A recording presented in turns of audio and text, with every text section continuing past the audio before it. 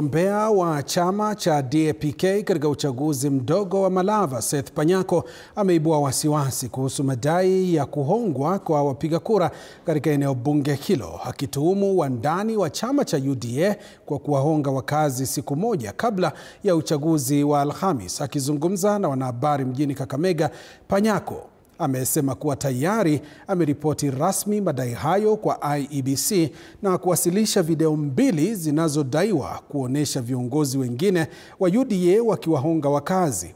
Panyako anadai kuwa utoaji hongo uliendelea usiku kucha, akituhumu UDA kwa kukiuka waziwazi sheria za uchaguzi na kuitaka mamlaka husika kuchukua hatua za haraka. Hata hivyo, mgombea wa UDA David Ndakwa amepuuzilia mbali madai hayo, akiyataja kuwa propaganda na porojo za mpinzani anayehisi kushindwa. Mambo ya kutafuta kura yalisha jana, na sasa leo yale Faruk amefanya na Mahelo Kevin wanafanya ni kujaribu kubribe wapiga kura. Tuko na ushahidi na hiyo mkutano na video zimechukuliwa, na tayari nimetuma kwa IEBC Malava kuangalia kazi ambayo Faruk Kibede anafanya. Kwa hivyo mimi nataka kuambia wakaaji wa Malava kwamba kama watakuja na hizo pesa, vile tumekuwa tukiwaambia tu, nyinyi chukueni pesa. Kitu ambacho hamstahili kufanya ni kumpa mtu kitambulisho yako au namba ya kitambulisho chako. Niko na imani kabisa na IEBC ya Malava, lakini sina imani na IEBC ya Nairobi, kwa sababu hizi ballot zimemakiwa zimetoka Nairobi na ziko na serial numbers ambayo inatali na serial number ambazo ziko kwa polling station saa hii. Kio nyinyi mnaamini kwamba wananchi wa Kenya wana haki ya kupiga kura, kwa nini mambo yote mnamwaka pesa ya wananchi Malava? Hata akikupa shilingi 2,000 itakurudishia Linda Mama, hiyo shilingi 2,000 itakurudishia Edwafia. Propaganda mingi kwamba chifu anatumika. Chifu ni mpiga kura wa Malava. Chifu ni akona kazi yake kwa administration. Administration ni serikali.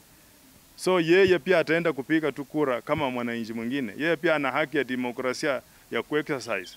So ukianza kuwashurudisha kwa sababu wako kwa serikali, sio chief wote ama administration yote itanipigia kura kwa sababu wako na democratic right ya kuexercise.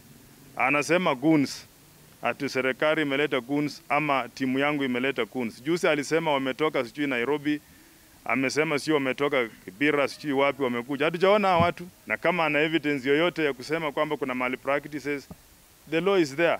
Badala ya kukuja kurand kupiga kelele kwa kila mahali. Najua kuna watu wengine wanakuanga kisirani kila wakati. So hii hata those are side shows. I cannot be diverted to such like attentions. But kura nayo nitashinda.